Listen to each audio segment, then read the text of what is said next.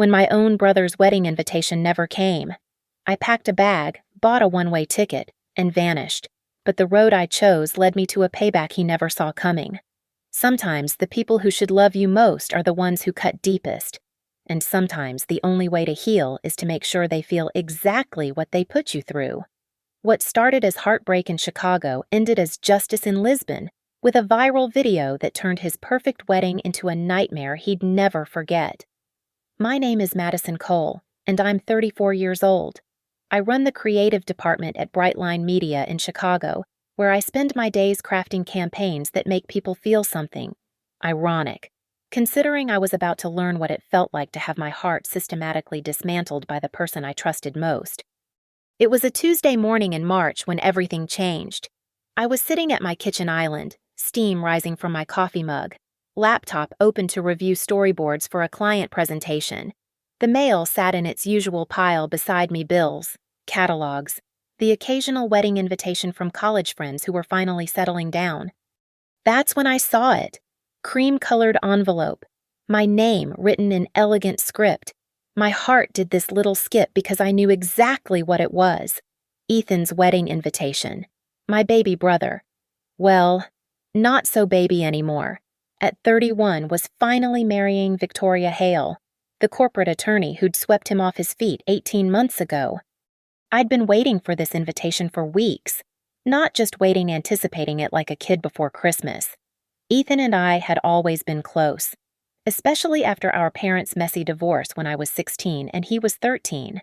I'd been his protector, his cheerleader, his stand-in mom during those chaotic years when our actual mother was too busy finding herself in wine bottles and our father had moved to Phoenix with his secretary. I tore open the envelope with the kind of excitement that feels embarrassing in retrospect. The card was beautiful, expensive paper, gold foil lettering, everything Victoria would consider appropriately sophisticated. But as I read the words, my coffee grew cold in my hands and something twisted deep in my stomach. Mr. and Mrs. Richard Hale request the pleasure of your company at the marriage of their daughter Victoria Ann to Ethan James Cole. Saturday, the 15th of April, at 4 o'clock in the afternoon. The Denver Country Club. Adults only. Black tie optional. Adults only. I read it again, and again. The words didn't change. Adults only typically meant no children, but I didn't have children. I lived alone in my Lincoln Park condo with my succulent collection and a coffee addiction that bordered on concerning. So why did those two words feel like a slap across the face? It was the tone, the formal distance. This wasn't an invitation, it was a notification, like I was being informed of an event rather than invited to celebrate the most important day of my brother's life. I grabbed my phone and called Ethan immediately. Hey, Maddie. His voice was warm but distracted. I could hear traffic in the background, probably walking to his office in downtown Denver. I got your invitation, I said, trying to keep my voice light. Oh, good. Victoria was worried about the mail timing. It's beautiful. Very elegant. I paused, waiting for him to fill the silence with enthusiasm, with details about the wedding, with questions about my dress or my flight plans. Instead, I got more traffic noise. Ethan, can we talk about the guest list? What about it? My throat felt tight. The adults only thing, is that because of venue restrictions or... Victoria thought it would be better to keep things more refined. You know how these events can get with kids running around. But I don't have kids. Right. No, of course not. It's just the general policy. There was something in his voice, a careful quality that I'd never heard before, like he was reading from a script. Is everything okay? I asked. You sound weird. I'm fine, just busy with wedding stuff. Listen, I should probably go. Victoria's picking me up for the final venue walkthrough. Okay, but I'll call you later this week, all right? The line went dead before I could respond. I sat there staring at my phone, that elegant invitation mocking me from the counter. Something was wrong. This wasn't how Ethan talked to me.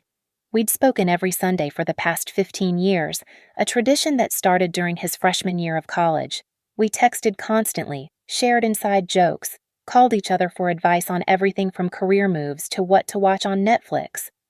But lately, those Sunday calls had become shorter, more sporadic. The last few times I'd suggested visiting Denver, he'd been busy.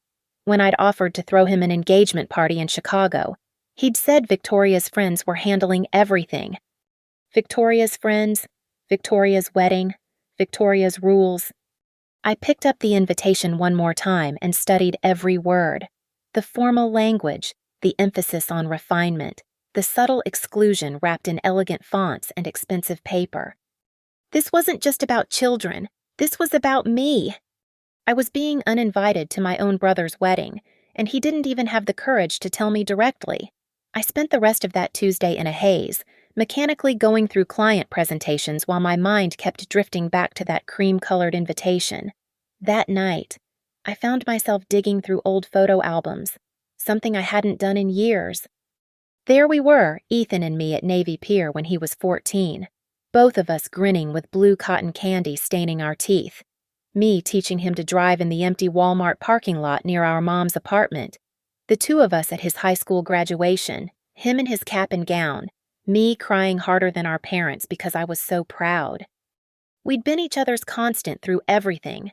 When Mom would disappear for days during her worst periods, I'd pick Ethan up from school and we'd make dinner together, usually burnt grilled cheese and canned soup. When Dad remarried and suddenly had no room for us during his weekends, Ethan and I would create our own adventures, museums, free concerts in the park, long walks along Lake Michigan where we'd make up stories about the people we saw. We're a team, I used to tell him, always will be. He'd nod seriously, like we were making a blood pact, and for years, it felt true. The change started slowly after Victoria entered the picture. At first, it was just scheduling conflicts. Our Sunday calls would get cut short because he had dinner plans with her family. Then he started canceling our traditional birthday dinners, his birthday in September, mine in December. Victoria planned something, he'd say apologetically. Rain check. The rain checks never came. I tried to be understanding. He was in love, building a life with someone new. It was natural that priorities would shift, but the distance felt intentional, calculated, like I was being phased out rather than simply deprioritized. I remembered the first time I met Victoria, 8 months ago at a restaurant in River North when Ethan was visiting Chicago for work. She was undeniably beautiful, tall, blonde, with the kind of understated elegance that came from good genes and better bank accounts. But there was something in her eyes when she looked at me, a quick assessment that left me feeling lacking. "So you work in advertising," she'd said, making it sound vaguely distasteful. "How creative." The conversation had been polite but cold. She'd talked about her law firm, her connections in Denver's social scene, the country club where they played tennis. When I'd mentioned that Ethan and I used to catch Cubs games every summer, she'd smiled tightly. "Ethan's developed more sophisticated tastes lately," she'd said, her hand possessive on his arm. I'd watched my brother's face, waiting for him to defend our traditions, to insist that baseball games and hot dogs were still part of who he was. Instead, he'd just smiled and ordered another bottle of wine, something expensive that Victoria had recommended. After that, the changes accelerated. Our texts became sporadic. When I'd send him funny memes or articles I thought he'd enjoy, I'd get back polite but distant responses. Ha ha ha ha. Nice, instead of the paragraph-long replies he used to send. When I'd called to tell him about my promotion at work, something he would have celebrated with me for hours just a year earlier, he'd congratulated me quickly and changed the subject to wedding planning. "Victoria's handling most of it," he'd said when I'd offered to help with anything. "She's got very specific ideas about how she wants things." I should have seen then what was happening. Victoria wasn't just planning a wedding. She was planning a life that didn't include me. And somehow, my brother was letting her. The worst part was how gradual it all felt, like watching someone drift away in slow motion, unable to throw them a rope because they kept insisting they weren't drowning. Every missed call, every shortened conversation, every maybe next time was another small cut. Individually, they seemed manageable. Together, They were bleeding me dry. I thought about last Christmas, when Ethan had spent the holiday in Aspen with Victoria's family, instead of coming home to Chicago like we'd done every year since college. "It's important to Victoria that I'm there," he'd explained. "Her parents are traditional about these things." What about our traditions, I'd wanted to ask? What about the stockings we'd hung in my apartment every year? What about our Christmas morning pancakes and the terrible holiday movies we'd binge watch while assembling whatever complicated furniture I'd inevitably bought myself as a gift? But I'd just said I understood, because that's what you do when you love someone. You swallow your hurt and try to be supportive, even when it feels like they're choosing everyone else over you. Now, staring at that wedding invitation with its cold formality and deliberate exclusion, I realized I'd been naive. This wasn't about Ethan growing up or finding love. This was about erasure. Victoria had decided I didn't fit into their new life, and my brother, my teammate, my constant, my best friend had let her make that choice. The invitation wasn't just a snub. It was a message: you don't belong here anymore. The question was, what was I going to do about it? The next few days passed in a fog of barely contained rage and heartbreak. I'd wake up at 5:30 each morning, stare at the ceiling for 20 minutes, then drag myself through the motions of getting ready for work. Coffee tasted like ash. My usual morning podcasts sounded like white noise. Even my favorite playlist, the one Ethan had helped me curate during a particularly brutal breakup 3 years ago, felt like a betrayal. At work, I was a disaster. During a presentation for our biggest client, I completely blanked on the campaign concept I'd spent weeks developing. Sarah, my assistant, had to jump in and save me, covering with the kind of professional grace that only made me feel worse about my mental state. "Madison, can I see you for a minute?" My boss, David, was standing in my office doorway with the expression of someone trying very hard to be understanding while also being concerned about productivity. "I'm fine," I said automatically. The lie so practiced it almost sounded convincing. "You've seemed off this week. Everything okay at home?" Home. As if I had one anymore. The condo I'd loved felt empty and cold. The photos of Ethan and me scattered throughout the rooms now felt like monuments to something dead. "Just some family stuff," I managed. David nodded slowly. "Why don't you take some time off? You've got vacation days stacked up, and honestly, you look like you could use a break." I wanted to protest, to insist I was handling everything fine. But the truth was, I couldn't concentrate on anything except the wedding that was happening in 2 weeks. The wedding I wouldn't be attending. The celebration of my brother's happiness that apparently had no room for me. That night, I did something I'd never done before. I called in sick for the rest of the week and opened a bottle of wine at 7 o'clock. Then I made the mistake of checking social media. Victoria's Instagram was a carefully curated museum of wedding preparations. Dress fittings with her bridesmaids, women I'd never met, all blonde and polished and interchangeable. Flower arrangements being discussed with the kind of intensity usually reserved for international peace negotiations. Photos of her and Ethan at wine tastings and venue tours. Both of them glowing with the kind of happiness that felt deliberately performed. The comment section was full of congratulations and heart-eye emojis. "You two are perfect together. Can't wait for the big day. Most beautiful couple ever." I scrolled through every post, torturing myself with the evidence of a life that had no space for me. In 18 months of dating and 6 months of engagement, Victoria had posted hundreds of photos. Not one included me. It was like I'd been photoshopped out of my brother's existence. The wine was making me reckless. I picked up my phone and called Ethan. "Madison, it's kind of late." "Is it I hadn't noticed?" My voice sounded bitter even to my own ears. "Are you okay? You sound—" "I've been thinking about the wedding," I interrupted. "About family traditions. Remember when we used to talk about your wedding day? You said you wanted me to walk you down the aisle since Dad probably wouldn't be there." Silence. "Madison, you said you'd want me to give a speech. Something embarrassing about your childhood. We used to joke about it." "Things change." His voice was careful again, like he was walking through a minefield. Do they or do people just decide that some things matter more than others?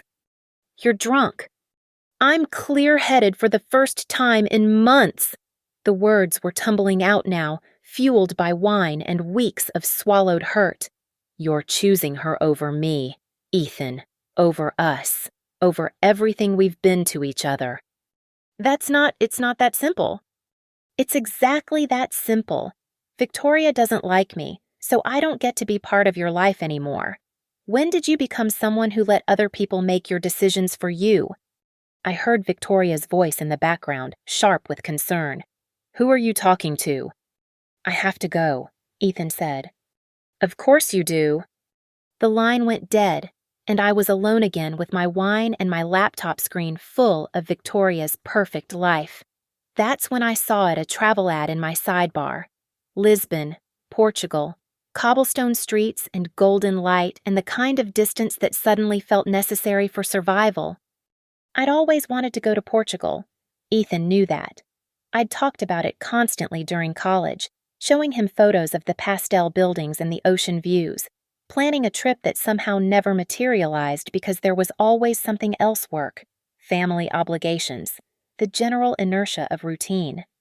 But sitting there in my dark apartment, surrounded by the detritus of a relationship that no longer existed, I realized something: I didn't have to stay here and watch my brother's wedding unfold on social media like some kind of digital torture device. I didn't have to spend April 15th imagining the celebration I'd been excluded from. I could leave. I could pack a bag, buy a plane ticket, and put an ocean between myself and the worst day of my life. Let Ethan have his perfect wedding with his perfect wife and his perfectly curated guest list. I'd be watching the sunset from a cafe in Lisbon, drinking wine that didn't taste like resentment. The idea felt radical and terrifying and absolutely necessary. I opened a new browser tab and started searching for flights. 3 days later, I was standing in the arrivals hall of Lisbon Portela Airport at 2:15 in the afternoon, jet-lagged and disoriented but feeling more alive than I had in months. The decision to leave had happened so fast it still felt surreal. 1 minute I was drowning in wedding photos on Instagram. The next, I was booking a one-way ticket and requesting an extended leave of absence from work. David had been surprisingly supportive. Sometimes you need to blow up your life a little to remember who you are, he'd said, which was either very wise or very concerning coming from my boss. The packing had been therapeutic in its own way. I'd stood in my bedroom, suitcase open on the bed, making split-second decisions about what version of myself I wanted to be in Portugal. The blazers and pencil skirts that defined my Chicago work persona stayed behind. Instead, I packed sundresses I'd forgotten I owned, comfortable walking shoes, and the leather jacket I'd bought in college but rarely wore because it felt too adventurous for my carefully controlled life. I'd also left behind every photo of Ethan and me, every birthday card he'd ever written, every piece of evidence that we'd once been inseparable. If he wanted to erase me from his life, I could return the favor. Lisbon hit me like a warm embrace. The light was different here, golden and soft in a way that made everything look like a vintage postcard. The air smelled of salt and coffee and something floral I couldn't identify. Street performers filled the squares with music that seemed to rise and fall with the hills themselves. I'd booked a bed in a hostel in the Alfama district, partly for budget reasons, but mostly because I wanted to be around people. The thought of sitting alone in a hotel room while my brother got married felt too pathetic to contemplate. At least in a hostel, I'd be surrounded by other travelers, other people who'd chosen movement over stillness. The hostel was perfect, a converted 19th century building with high ceilings and azulejo tiles that caught the afternoon light. My roommates were a rotating cast of 20-somethings from around the world, all of them carrying backpacks and stories and the kind of fearless energy that comes from having nothing to lose. That first evening, I found myself in the hostel's common room, nursing a glass of Vinho Verde and trying to figure out what to do with myself. A group was gathered around one of the worn couches, sharing stories and passing around a bottle of local wine. They looked like the kind of spontaneous international family that forms in hostels different ages, different countries, but united by the shared experience of being far from home. "You're new," said a woman with short red hair and a distinctly Canadian accent. "I'm Claire. Come join us." I hesitated for a moment, then moved over to their circle. "Madison. I just got in today." "Where from?" asked a tall guy with a German accent, extending his hand. "Jonas." "Chicago." "Ah, the Windy City." This came from a dark-haired man who was obviously Italian from his hand gestures alone. "Marco, you are here for vacation." "Something like that," I said, accepting the wine bottle when it came my way. As the evening progressed and the wine loosened tongues, the conversation turned to the inevitable traveler question. What brought you here? Jonas was taking a gap year before starting his master's degree. Claire had just ended a long-term relationship and decided to backpack through Europe. Marco was a chef researching traditional Portuguese cuisine for a restaurant he wanted to open in Rome. "What about you, Madison?" Claire asked, running from something or running to something. I stared into my wine glass, watching the liquid catch the light. These were strangers. I'd probably never see them again after this week. There was something liberating about that anonymity. "My brother's getting married this weekend," I said slowly. I wasn't invited. The silence that followed was immediate and heavy. Jonas set down his wine glass with a soft clink. "That's brutal," Claire said finally. "Family. The only family that mattered, until his fiancée decided I didn't fit into their new life." The words came easier than I'd expected. So, instead of sitting at home feeling sorry for myself, I decided to come here. "Good for you," Marco said fiercely. "Family should not treat family this way. In Italy, we would disown someone for such disrespect." "It's complicated," I said, though as soon as the words left my mouth, I realized they weren't true. It wasn't complicated at all. Ethan had made a choice, and it wasn't me. "Is it, though?" Claire leaned forward, her eyes intense. "Sometimes people use complicated to justify treating people like shit." Jonas nodded. "My sister excluded me from her wedding because I'm gay. Said it would make her in-laws uncomfortable. I thought it was complicated too, until I realized it was just cowardice." I felt something shift in my chest, a loosening of the tight knot of guilt and self-doubt I'd been carrying. Here were three strangers who understood implicitly what months of trying to rationalize Ethan's behavior had obscured. This wasn't complicated. This was wrong. "The worst part," I found myself saying, "is that I keep making excuses for him, like maybe I did something wrong, or maybe I'm being too sensitive." "Bullshit," Claire said bluntly. "You know what tomorrow we're going to show you the best day Lisbon has to offer. Pastel de nata, fado music, views that'll make you forget Chicago exists. And then we're going to plan the most amazing weekend while your brother has his boring-ass wedding with people who clearly don't deserve you." For the first time in weeks, I smiled, really smiled, not the brittle thing I'd been wearing at work. "That sounds perfect," I said. And for the first time since opening that cream-colored invitation, I meant it. The next few days in Lisbon passed in a blur of cobblestone streets, perfect pastéis de nata, and conversations that stretched late into the night. Claire, Jonas, and Marco had adopted me into their little travel family, and I found myself doing things I never would have considered back in Chicago, taking spontaneous tram rides to Belém, joining impromptu fado sessions in tiny bars, wandering through markets without any agenda except curiosity. It was during one of these late-night conversations, on Thursday evening, that the seed of an idea first took root. We were sitting on the rooftop terrace of our hostel. The lights of Lisbon spread out below us like scattered stars. The wine had been flowing freely, and the conversation had turned to our various professional lives. Jonas was studying international relations. Marco ran social media for his family's restaurant, and Claire worked in marketing for a non-profit in Toronto. "You know what's funny," Claire said, swirling her wine thoughtfully, "is how much power storytelling has. At work, we can completely change public perception of an issue just by framing it differently. Tell the right story the right way, and you can shift entire conversations. I set down my glass, something clicking in my mind. I do that for a living. Storytelling. I mean, brand narratives, viral campaigns, getting people to feel something specific about a product or cause. See, you could probably get revenge on your brother just by telling your story properly, Claire said with a laugh. Show people what really happened. Make them see how shitty this whole situation is. She was joking, but the words hung in the air between us. I felt something sharp and electric run through my chest, not quite an idea yet, but the shape of one. That's actually...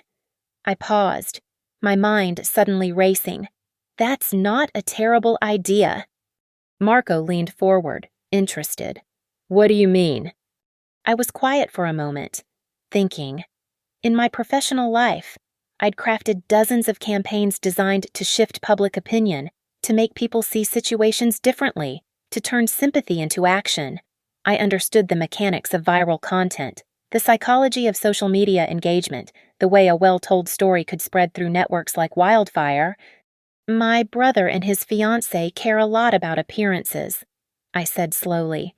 Victoria especially. She's all about image, the perfect wedding, the perfect guest list, the perfect social media presence. She excluded me because I don't fit the aesthetic of their new life. So Jonas asked, so what if I told my story not dramatically, not obviously, just truthfully? Let people see what it really looks like when someone gets erased from their own family. Claire's eyes lit up. You mean like a social media thing? Maybe. The idea was gaining momentum in my head, pieces clicking together. Victoria's been documenting every detail of this wedding online. Perfect photos, perfect captions, perfect narrative about their perfect love story. But what if another narrative started circulating? Something that complicated that perfection. I pulled out my phone and opened Instagram, navigating to Victoria's account. Even here in Lisbon, I'd been checking it obsessively, torturing myself with updates from the wedding planning. Look at this, I said, showing them her latest post, a photo of her bridesmaids at their final dress fitting, all of them laughing in matching robes with Bride Squad embroidered on the back. The caption read, surrounded by my closest friends and family as we count down to the big day. Bride Squad. Wedding week. Blessed.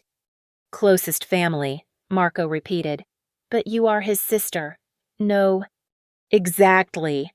I could feel my pulse quickening. What if people knew that the groom's only sister wasn't invited? What if they knew why? But how would you get the story out there without looking vindictive? Claire asked. People are weird about family drama. They might just think you're being petty. I was quiet for a moment, thinking. Then it hit me. I have video editing skills, I said. And photos. Lots of photos of Ethan and me over the years. What if I made something that looked like a tribute, a loving sister's message to her brother on his wedding day? But then revealed the truth. Jonas caught on quickly. Not revealed, just included it, naturally, like, I wish I could be there to celebrate with you, but I understand that Victoria felt it was better if I wasn't included. I was thinking out loud now, the campaign taking shape in my mind. Make it heartfelt, genuine. Let the facts speak for themselves. Claire was grinning now. That's brilliant. People would eat that up. Nothing gets social media more fired up than family drama, especially when there's an obvious villain. And if you made it really well, Marco added, professional quality, it would look legitimate, not like some angry rant. I felt a familiar thrill, the same one I got when a campaign concept suddenly clicked into place. This could work. This could really work. The timing would have to be perfect, I said, my mind already racing ahead to logistics. It would need to go live during the wedding itself, when emotions are highest and people are already thinking about family and love and all that. Can you do it? Jonas asked. From here? I smiled, feeling more energized than I had in weeks. I've launched international campaigns from airport lounges. I think I can handle one video from Lisbon. This is going to be epic, Claire said, raising her glass.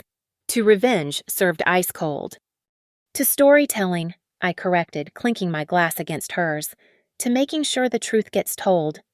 As we finished our wine and headed inside, I was already planning. I had 3 days to put together something that would change everything. 3 days to craft the perfect narrative. 3 days to make sure my brother and his perfect fiancé got exactly what they deserved. The next morning, I woke up with the kind of crystal clear focus I hadn't felt in months, while my hostel roommate slept off the previous night's wine. I was already at my laptop in the common room at 7:30, surrounded by coffee and notebooks, planning what might be the most important campaign of my career. First, I needed intelligence. I spent the morning reaching out to mutual friends, people who knew both Ethan and me from college, from our hometown, from the various phases of our lives before Victoria. I crafted casual messages. Hey, can't believe Ethan's getting married this weekend. How exciting! And waited for the responses that would give me insight into how this wedding was being perceived by people who actually knew our history. The responses were illuminating. Sarah from college. Wait, you're not going to be there? That's so weird. I thought you two were super close. Tom from Ethan's fraternity. Dude, I was surprised when I heard you weren't in the wedding party. Didn't you basically raise that kid? My cousin Jessica. I assumed you'd be maid of honor or something. What happened? Each message confirmed what I already suspected people who knew us were confused by my absence. The narrative Victoria had constructed about refined guest lists and sophisticated celebrations wouldn't hold up under scrutiny from people who understood our actual relationship. Next, I needed content. I spent Friday afternoon going through every photo and video I had stored in the cloud. Years of documentation of Ethan's and my relationship. There was so much material: birthdays, holidays, graduations, random Tuesday nights when we'd decided to be tourists in our own city. In every photo, we looked genuinely happy, genuinely connected. The contrast with our current situation would be impossible to ignore. But I needed more than just our history. I needed recent evidence of the disconnect. Proof that this wasn't just natural growing apart, but deliberate exclusion. That's when I remembered the screenshots. Every time Ethan had canceled plans or cut short phone calls over the past year, I'd felt compelled to document it not out of any strategic planning, but because part of me couldn't believe it was really happening. I had months of text exchanges showing his increasingly distant responses, email threads where he'd stopped engaging, even photos from social media where I'd been cropped out of group shots or simply not tagged. The most damaging piece of evidence was a text thread from 3 months ago, when I'd offered to throw them an engagement party. Ethan's response had been swift and brutal. Thanks, but Victoria's sorority sisters are handling all the pre-wedding events. They really understand her vision for how she wants things to go. Her vision, not their vision. Her vision, and I clearly wasn't part of it. By Friday evening, I had everything I needed to create something devastating, but I wanted it to be more than just devastating. I wanted it to be undeniably true, emotionally compelling, and impossible to dismiss as jealousy or spite. I worked through the night, Claire bringing me coffee and encouragement while Jonas and Marco offered input on the emotional beats. The video I was creating told a simple story, a sister's love for her brother, their shared history, and the quiet heartbreak of being pushed out of someone's life by a person who valued image over family. The opening was a montage of us as kids' Christmas mornings, birthday parties, the two of us building blanket forts in our childhood living room. My voiceover was warm, nostalgic. Growing up, Ethan and I were inseparable. When our parents divorced, we promised we'd always be there for each other. Then came the teenage years, college photos, young adult adventures. He was my best friend, my partner in crime, the person I called when anything good or bad happened in my life. The tone shifted subtly as I moved into recent years. Photos became fewer, the warmth in my voiceover tinged with confusion. But relationships change as we grow up. People we love find new people to love. And sometimes that means making difficult choices about who gets to be part of your life.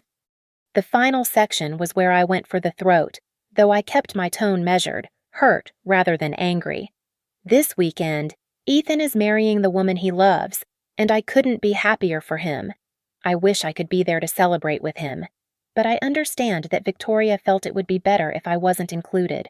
I'm sure it will be a beautiful day, surrounded by the people they feel truly matter. Then, over a black screen, just text, "Love doesn't always look the way we expect it to. Sometimes the people we do anything for are the ones who do nothing for us, but that doesn't make the love any less real." I ended with a photo of Ethan and me from last Christmas, the last good moment we'd had together, both of us laughing at something off camera, looking like the team we'd always been. The video was 3 minutes and 47 seconds of perfectly crafted emotional manipulation. It would look to most viewers like a heartfelt tribute from a loving sister. Only people who knew the context would understand that it was actually a precision-targeted missile aimed directly at Victoria's carefully constructed image. I uploaded it to every platform I could think of: Instagram, TikTok, Twitter, Facebook. Then I did something that felt both strategic and therapeutic. I tagged everyone, every mutual friend, every family member, every person who would be at that wedding. I wanted to make sure that when they checked their phones during the reception, they'd see exactly what kind of people they were celebrating. By Saturday morning, the day of the wedding, the video had already started to gain traction. Comments were pouring in, each one more supportive than the last. "This is heartbreaking. What kind of woman doesn't want her fiancé's sister at their wedding?" Red flags everywhere. The snowball was rolling downhill, gathering speed and mass with every share. All I had to do now was wait for it to hit. Saturday arrived with perfect Lisbon sunshine, and I spent the morning trying to distract myself from what was happening 7,000 miles away. Claire, Jonas, and Marco had planned a full day of exploration the markets of Rossio, a long lunch in Chiato, wandering through the narrow streets of Bairro Alto. But even surrounded by their cheerful chatter and the intoxicating energy of the city, I couldn't stop checking my phone. The video was exploding. What had started as a few hundred views on Friday night had grown exponentially overnight. By 10 a.m., Lisbon time, 4 a.m., in Denver, it had been shared over 3,000 times across all platforms. The comments section was a sea of outrage and sympathy, exactly the kind of viral momentum I'd engineered for countless clients, but never for myself. "Holy shit, Madison," Claire said, looking over my shoulder as we sat at a cafe in Principe Real. "This thing is everywhere. Look, someone shared it on Reddit and it's trending." I scrolled through the comments with a mixture of vindication and growing unease. People were furious on my behalf, but they were also dissecting every detail of the situation with the ruthless efficiency of internet detectives. Someone had found Victoria's LinkedIn profile and was sharing screenshots of her sophisticated professional network. Others had dug up photos from her sorority days, looking for evidence of elitism and exclusivity. "Jesus," I muttered, watching the digital mob I'd unleashed. I didn't expect it to get this big this fast. "Are you having second thoughts?" Jonas asked gently. Before I could answer, my phone buzzed with a text from my cousin Jessica. "Madison, what the hell is going on? Your video is all over my Facebook feed. People are going insane." Then another, from my college roommate, Sarah. "Girl, I've had 4 people send me your video today. The internet is dragging Victoria. Is this really what happened?" And then, the one I'd been both dreading and anticipating, multiple missed calls from Ethan Cole. My hands were shaking as I opened my voicemail. "Madison, what the fuck did you do?" His voice was tight with panic. "People are coming up to us at the rehearsal dinner asking about you, asking why you're not here. Victoria is losing her mind. You need to take that video down right now. Call me back." The rehearsal dinner, I'd timed it perfectly. The video had reached critical mass just as their wedding party was gathering for their final pre-ceremony celebration. I could picture the scene: Victoria trying to maintain her composure while guests whispered among themselves. Ethan fielding increasingly uncomfortable questions about his absent sister. The second voicemail was worse, I told Claire, putting the phone on speaker. Madison, please. Now Ethan sounded desperate rather than angry. I know you're hurt, and maybe we could have handled things better, but this isn't fair. This is supposed to be the happiest day of our lives, and now everyone's talking about family drama instead of celebrating with us. If you ever loved me at all, you'll take this down. If I ever loved him at all. The audacity of that statement hit me like a physical blow. After everything I'd sacrificed for him, everything I'd swallowed and accepted and rationalized away, he was questioning whether I'd ever loved him. Fuck that, Marco said flatly. He does not get to play victim now. My phone was buzzing constantly now, texts, calls, notifications from every social media platform. The video had been picked up by a wedding shaming group with 500,000 followers. Someone had created a hashtag, Sisterless Wedding. A TikTok influencer with 3 million followers had made a reaction video that was already approaching 100,000 views. At 2 o'clock in the afternoon, Lisbon time 8 in Denver. 2 hours after the ceremony was supposed to start, my phone rang with a number I didn't recognize. Madison Cole. The voice was sharp, professional, distinctly female. Yes. This is Victoria Hale. I think we need to talk. I nearly dropped the phone. Claire, Jonas, and Marco all looked at me with wide eyes. Hi, Victoria, I said, my voice steadier than I felt. Congratulations on your wedding day. Cut the shit, Madison. You know exactly why I'm calling. I could hear stress fractures in her usually perfect composure. In the background, there was the sound of chaos, multiple conversations, someone crying, what sounded like an argument. Your little stunt has ruined our entire day, she continued. Ethan is beside himself. My parents are mortified. Half our guests are talking about you instead of celebrating our marriage. I'm sorry you feel that way, I said, the PR training kicking in automatically. I was just sharing my feelings about missing such an important family milestone. Don't you dare play innocent. You knew exactly what you were doing when you posted that manipulative sob story.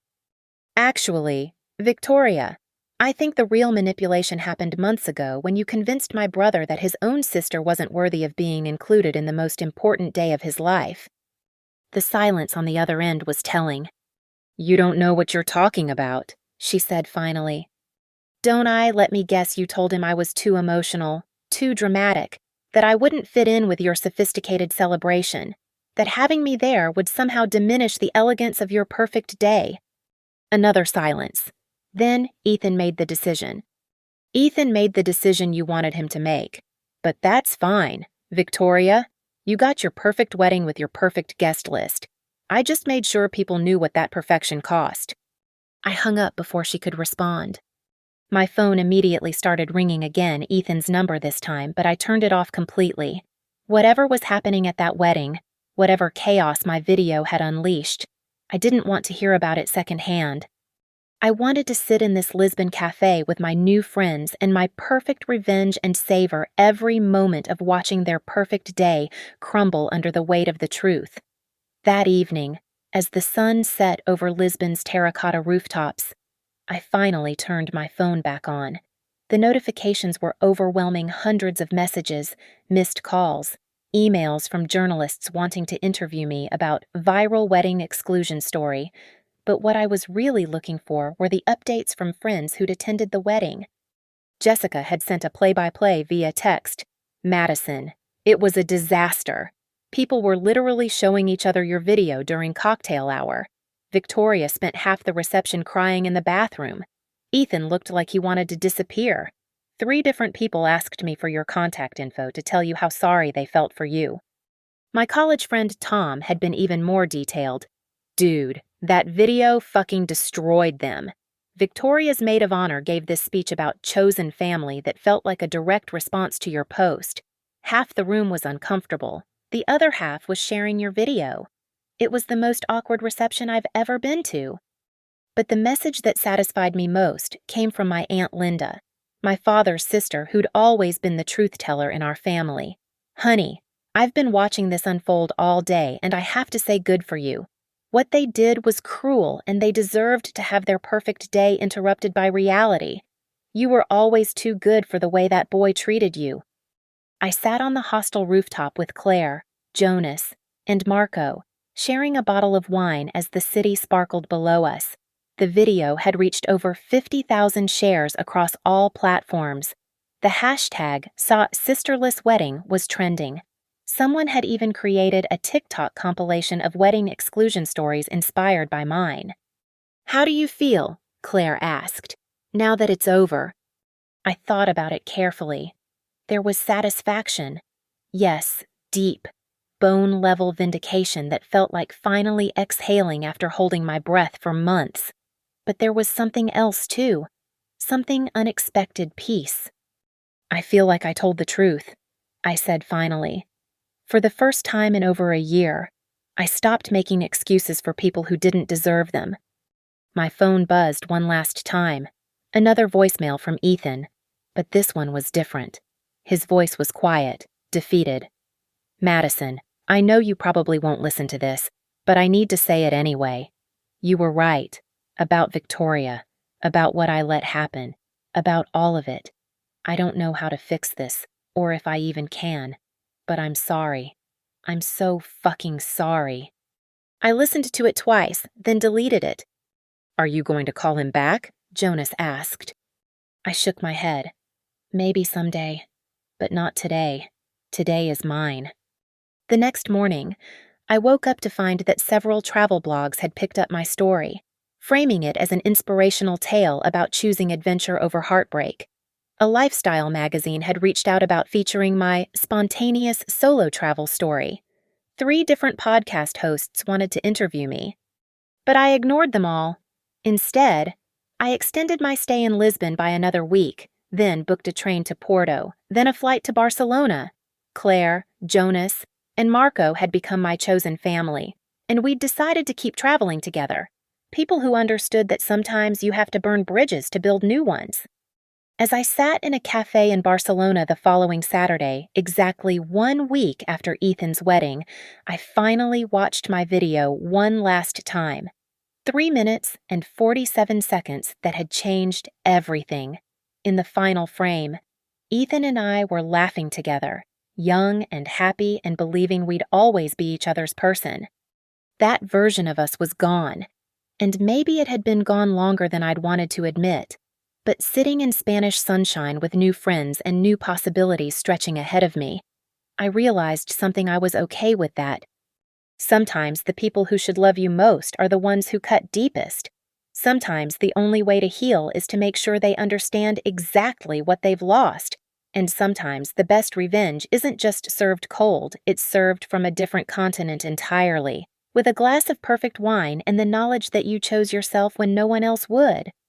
The story of Madison and Ethan was over, but the story of Madison fearless, independent, unapologetically herself was just beginning.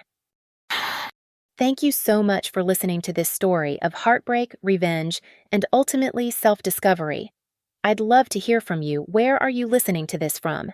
Have you ever had to choose between loyalty and self-respect in your own family relationships? Please share your thoughts in the comments below. Subscribe if you enjoyed this tale, and let me know what kind of stories you'd like to hear next. Your engagement means everything to storytellers like me.